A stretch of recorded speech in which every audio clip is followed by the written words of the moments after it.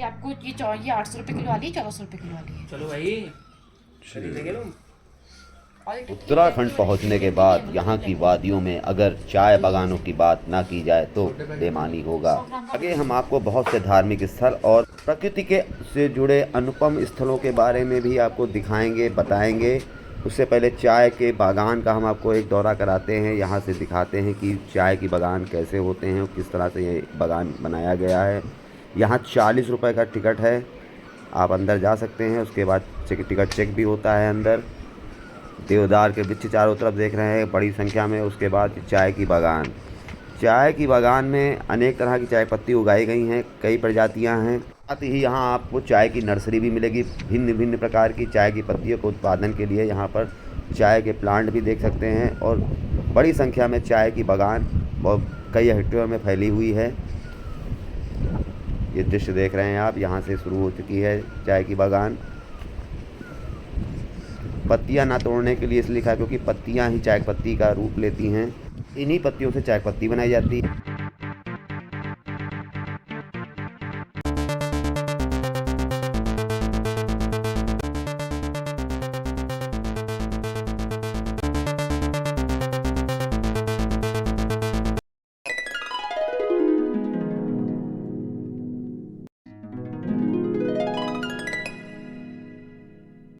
ये देख रहे हैं नर्सरी, चाय की नर्सरी है ये। बहुत तरह की चाय पत्ती के यहाँ पर पौधे लगे हुए हैं। ये यहाँ पर टिकट चेक करती हैं, जो 40 रुपये का टिकट मिलता है अंदर आने की, एंट्री का फीस है यहाँ पर, उसको यहाँ चेक किया जाता है। इसके बाद आप आगे बागान की तरफ जा सकते हैं।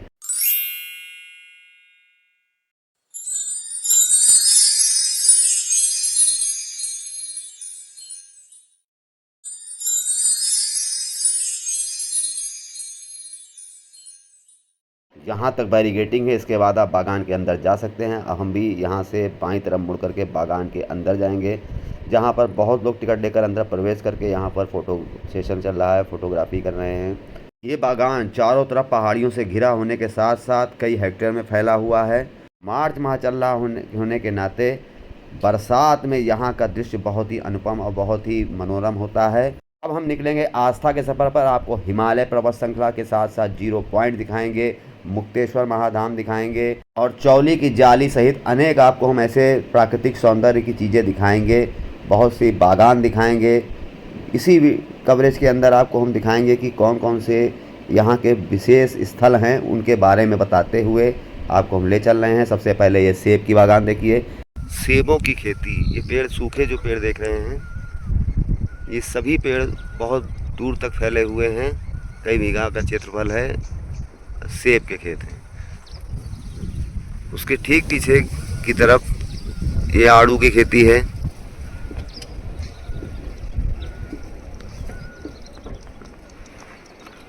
पास से दिखाते हैं आपको।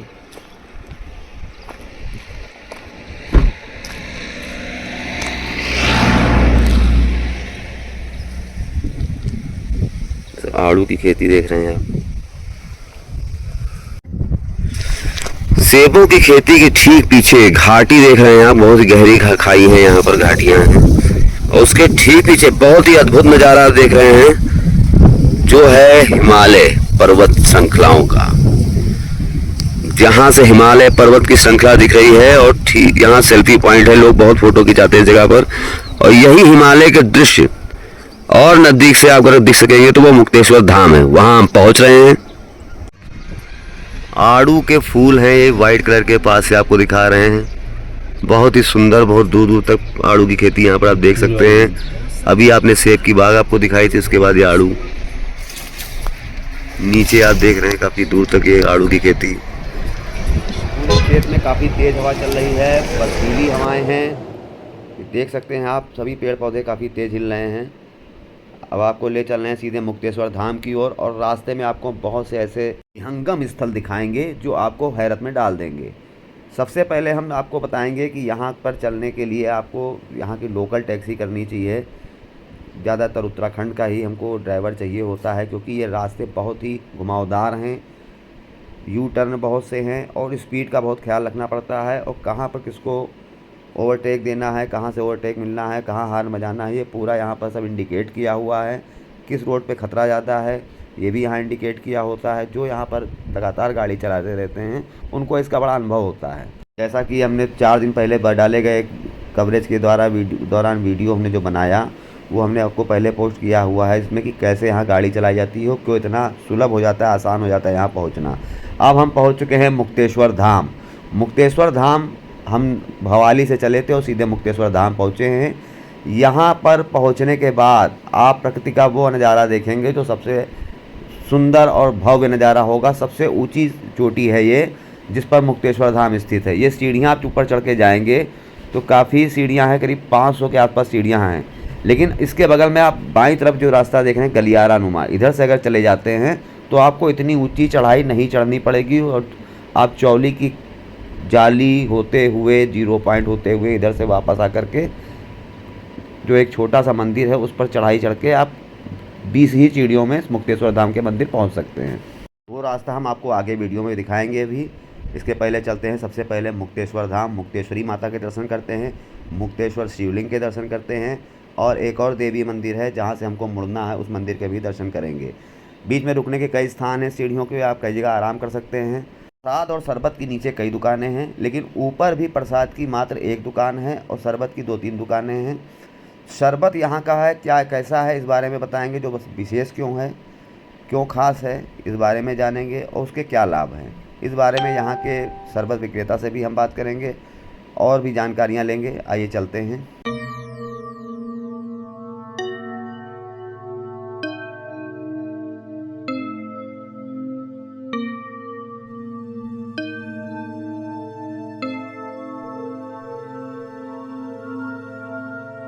मुक्तेश्वर धाम मंदिर की सीढ़ियाँ चढ़ने के बाद आपको 20 सीढ़ियों पहले ये दाहिनी तरफ एक ये मंदिर दिखेगा, देवी माता का मंदिर है। यहाँ से सामने अगर उतर के आप चले जाएंगे और पीछे की तरफ जाएंगे तो चौली की जाली होते हुए गलियारा मिलेगा, आपको सीढ़ियाँ नहीं चढ़ने की पड़ेंगी। उधर से होकर आप इधर आ सकते हैं और बहुत ही कम सीढ़ियों में बिना थके आसानी से दर्शन कर सकते हैं। यहाँ पर देवी माता का मंदिर है। इसके बाद आपको हम ले चलते हैं मुक्तेश्वरी माता के मंदिर, जो मुक्तेश्वर धाम मंदिर के ठीक पहले पड़ता है, बाईं तरफ सीढ़ियों के बगल में। और भैरव जी के दर्शन कराएंगे। यहाँ आप देख रहे हैं बैठने की जगह है, लोग यहाँ पर जूते उतारने के बाद, थकने के बाद यहाँ आराम कर सकते हैं। कई सीटें यहाँ पर रखी हुई हैं और बहुत ही सुंदर नज़ारा यहाँ का, लोग यहाँ फ़ोटो भी खिंचाते हैं। पीछे घाटी है और घाटियों के दूसरे छोर की तरफ आप नैनीताल की पहाड़ियाँ देख रहे हैं और दाहिनी तरफ का जो नज़ारा होगा वो उधर पेड़ है काफ़ी, देवदार का बहुत बड़ा जंगल है। उसके बाद हिमालय की श्रृंखलाएँ दिखती हैं 0 पॉइंट से, उधर भी आपको हम ले चलेंगे। ये जूते उतारने का स्थल है, इसी जगह प्रसाद मिलता है। ये सामने मुक्तेश्वर मंदिर आप देख रहे हैं, पांडवों द्वारा स्थापित किया गया था। बताया जाता है कि उनको मुक्ति पाने के लिए यहाँ आना पड़ा था और मुक्तेश्वर शिवलिंग की स्थापना की थी, जिसके बाद से यहाँ पर आस्था का सैलाब उमड़ने लगा। लोग दूर दूर से यहाँ पर दर्शन करने पहुँचने लगे। अब हम मंदिर की तरफ बढ़ते हैं।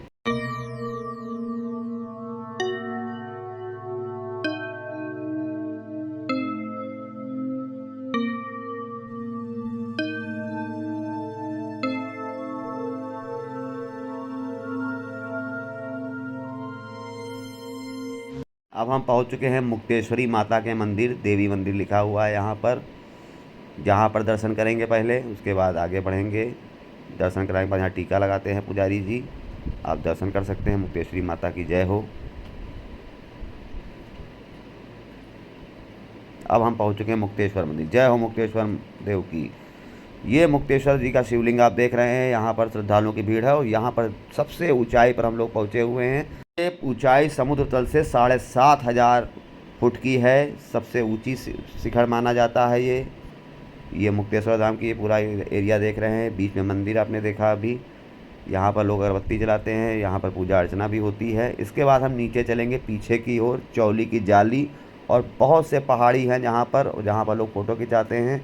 और कौन कौन सी चीज़ें हैं वो आपको हम दिखाते हैं, यहाँ का नज़ारा और यहाँ की खासियत और यहाँ का इतिहास क्या है वो भी बताएंगे।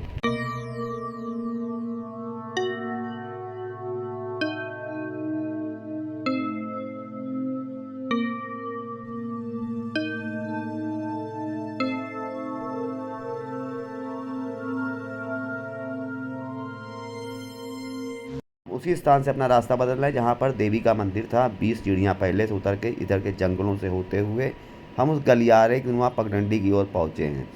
ये पगडंडी पक्की बनी हुई है, लेकिन यहाँ पर जो आगे रास्ता है वो बहुत ही संभल के चलने वाला है। तमाम पेड़ों की यहाँ देवदार के जंगल हैं और भी बहुत से वृक्षों, पुराने प्राचीन वृक्ष हैं यहाँ पर, जिनकी जड़ें इन चट्टानों को बांधे हुए रास्ते में आपको ठोकर लगने की संभावना उनसे रहती है। आप इसमें संभल के चलिएगा। यहाँ पर पहुँचने के बाद ये चट्टानों की से होती हुई ये जड़ें देख रहे हैं ज़मीन में, जैसे बरगद की जड़ें फैलती हैं वैसे इन वृक्षों की जड़ें बहुत तेज़ी से फैलती हैं और ये ठोकर लगने की संभावना इनसे बहुत रहती है। ये चट्टानें कोई मामूली चट्टानें नहीं है, माइका की चट्टानें हैं, यानी अबरक। अबरक की बहुत ही कीमती वस्तु है, बहुत ही दुर्लभ होता है। यहाँ पर पूरी चट्टान लगभग माइका की ही चट्टानें हैं।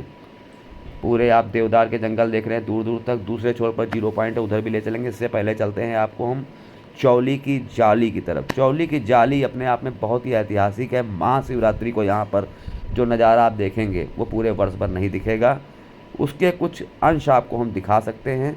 हमारा ये सफ़र यहाँ का 11 मार्च का रहा। 11 मार्च 2025 को हम यहाँ पहुँचे। इस गलियारे से होते हुए मुक्तेश्वर मंदिर से उतरने के बाद इस रास्ते से होते हुए हम जो है पहुँच रहे हैं चौली की जाली की तरफ। तमाम श्रद्धालु यहाँ पर पहुँच चुके हैं। यहाँ पर सबसे बड़ी खासियत है, लोग यहाँ पर्यटक बन के आते हैं और आस्थावान होकर लौटते हैं। बढ़ रहे हैं हम आगे की तरफ धीरे धीरे। हर तरफ हम कैमरा घुमा रहे हैं, हर तरफ नज़र दौड़ा रहे हैं ताकि आप ज़्यादा से ज़्यादा आपको हम प्राकृतिक सौंदर्य दिखा सकें, प्राकृतिक छटा दिखा सकें।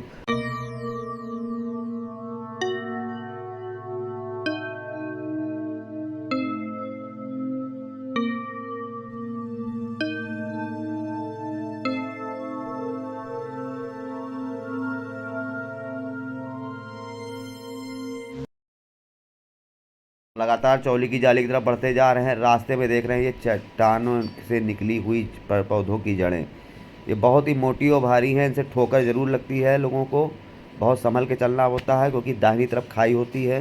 ये पगडंडी दुमा रास्ता है, लेकिन बहुत ही भव्य रास्ता है, बहुत ही आनंदमय रास्ता है।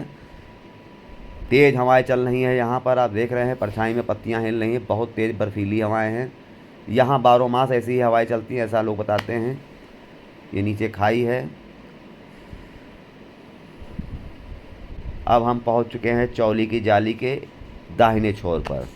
यहाँ पर सेल्फी पॉइंट है, बहुत सी चट्टानें हैं, सभी अबरक की चट्टानें हैं। यहाँ पर चेतावनी भी दी है, पत्थर चिटक रहे हैं, इस पर बैठना खड़े होना मना है। इसके ठीक पीछे बहुत ही गहरी खाई है जो लगभग 2000 फीट 3000 फीट गहरी खाई है। यहाँ पर बहुत से एडवेंचर भी होते हैं, लाइन का भी एडवेंचर यहाँ होता है और साथ में यहाँ पर बहुत फिल्मों और धारावाहिकों की यहाँ पर शूटिंग भी होती है, वो भी नज़ारा आपको शायद दिख जाए। यहाँ पर बड़ी भीड़ है, यहाँ काफ़ी संख्या में आप देख रहे हैं। फ़ोटो सब लोग खिंचा रहे हैं, फ़ोटो सेशन ज़्यादा यहाँ पर चल रहा है। नाश्ते दुकान, ये सेल्फ़ी पॉइंट बना हुआ है। सिंगल के लिए 20 रुपये और फैमिली के लिए 50 रुपये सेल्फ़ी या फ़ोटो खींचने का लेते हैं। एक तरफ दिख रही पहाड़ियाँ नैनीताल की हैं, तेज़ हवाएँ बर्फीली हवाएँ चल रही हैं। लोग काफ़ी मनोरंजन ले कर रहे हैं यहाँ पर, काफ़ी देर रुकते हैं यहाँ पर और काफ़ी फ़ोटो खिंचाते हैं क्योंकि बहुत से ऐसे यहाँ पर ऐसी चट्टानें हैं जिन पर फ़ोटो खिंचाने में बहुत ही आनंद आता है, यादगार रहता है। अब आपकी बेसब्री का बांध टूटेगा। ये पहुंच गए हम चौली की जाली। ऊपर देख रहे हैं त्रिशूल, त्रिशूल पर चुनरी बंधी हुई है। महाशिवरात्रि में भी पूजा हुई थी यहाँ पर। इस चौली की जाली का महाशिवरात्रि से बहुत ही बड़ा नाता है, गहरा नाता है, अटूट नाता है। इस बारे में बताएंगे कि ये चौली की जाली क्या है। बताया जाता है कि यहाँ पर शंकर जी का गहरा नाता है। शंकर जी का बहुत ही प्रिय स्थान था ये पहाड़ी, और इसी पहाड़ी पर वो तपस्या कर रहे थे। इस दौरान देवता गुजर रहे थे, उनका दानवों से युद्ध हो रहा था, तो बचने के लिए इस रास्ते से निकल रहे थे, लेकिन पहाड़ियों ने उनका रास्ता रोका और भोलेनाथ तपस्या में जुटे थे तो उन्होंने छेद किया था। छेद करने के बाद ये छेद जो हुआ, उसी के बाद शंकर जी ने की नींद खुली और उन्होंने वरदान दिया देवताओं को। तब से बताया जाता है इस चौली की जाली में बांझ औरत अगर निकल जाती है महाशिवरात्रि के दिन तो उसको बच्चा अवश्य होता है, ऐसी यहाँ की मान्यता है। मनोज जी से जानेंगे बुरास के फूल और चौली की जाली। जी, मैं आप बनाने जा रहा हूँ आपके लिए बुरास का जूस। बुरास का ये जूस उत्तराखंड का स्टेट ट्री है। अच्छा। और नेपाल का नेशनल और ये बॉटल में जो लगा हुआ है हिमाचल प्रदेश का स्टेट, ये इसी टाइम में मिलेगा। अब मैं बनाने जा रहा हूँ बुरास, ठीक है। ये नींबू है, ये नींबू पहाड़ी नींबू, पहाड़ी नींबू। इतना नींबू डाला मैंने, केवल 20% नींबू। इसकी संतरे सी स्मेल है नींबू की? ना ये पहाड़ी नींबू है। अच्छा। और उसके बाद डालूंगा धारी वाली मिश्री। ये शरीर के लिए नुकसान कम देती ना। ये क्या है? ये धागी वाली मिश्री मीठी होती है। और उसके बाद में हम डालेंगे शुगर फ्री वाला बुरांस। और इसमें शुगर ऐड नहीं कर रखी मैंने, अच्छा, इस शुगर फ्री इसलिए शुगर फ्री। और इसमें इसका प्योर टेस्ट भी बताऊँगा सर आपको मैं। भैया आप हैंड कीजिए थोड़ा, हैंड थोड़ा सा पी के देखिए आप, ये प्योर है अपने आप में, थोड़ा कड़वा और कसर लगेगा।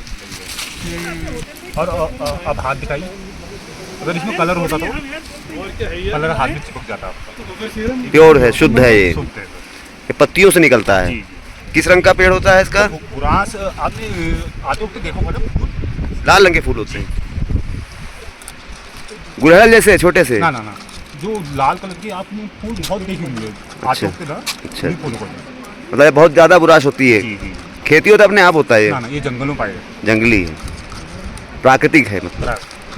और ये हार्ट के लिए, शुगर के लिए, अस्थमा, जोड़ों की दर्द के लिए बहुत फायदेमंद है। अच्छा, थकान लग गई हम लोगों को तो ये थकान दूर हो जाएगी। काफ़ी चढ़ाई थी सर।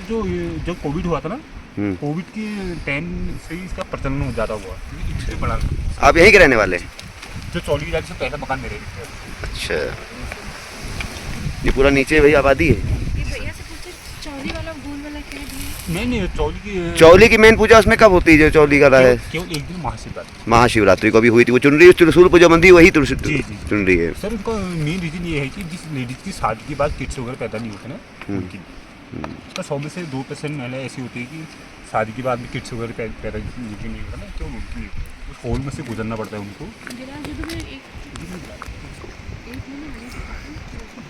बहुत टेस्टी है। खाली जो है ये पूरा शुद्ध नाम क्या है इसका? वैसे बोलते चौथी की जाली। चौथी की जाली, क्योंकि गुरु गोरखनाथ जी या शिव जी के भक्त हुआ करते थे, जो 4 चिमटे की चोट से उनने ये होल बनाया। अच्छा, क्योंकि पांडवों को मुक्ति कहीं से नहीं मिल रही थी। पांडवों ने अपने भाई का वध किया था, बहुत दुराचार किया था उससे उनके लिए। क्योंकि पांडव 108 धाम में से एक धाम आता है मुक्तेश्वर। जैसे मुक्तेश्वर, बागेश्वर, जागेश्वर, कपिलेश्वर, पाताल भूमेश्वर, इसमें से गुजारते हैं जो जाली है बनी है सर, वहाँ से ऊपर को करना होता है। अच्छा, आर पार निकालते हैं उसमें से? क्योंकि थोड़ा कौन लोग होते हैं जो निकालते हैं काम कर? केवल लेडीज होती हैं जो निकालते हैं उनमें से? वो हेल्प कराती है, मतलब हेल्प लेडीज कराती हैं, यहीं की होती है, स्थानीय लोग हैं। क्योंकि पहाड़ की महिला चढ़ते कैसे इस पर? सर वो नीचे से ऊपर को करना पड़ता है। बहुत कठिन है वो तो। कठिन है क्योंकि सीधी चढ़ाई है। हाँ जी। चलिए, बहुत अच्छा लगा आपसे मिल करके। आपका बुरांस का जूस बहुत अच्छा लगा, बहुत स्वादिष्ट था। धन्यवाद आपका। अब हम लोग बढ़ रहे हैं 0 पॉइंट की तरफ, जहाँ से हिमालय की श्रृंखलाएं एकदम साफ दिखती हैं दूर दूर तक। यहाँ से सब क्लीन दिखाई पड़ता है। 0 पॉइंट एकदम लास्ट स्थान है, इसके आगे गाड़ियाँ नहीं जाती। मुक्तेश्वर धाम के ठीक पीछे पड़ता है ये।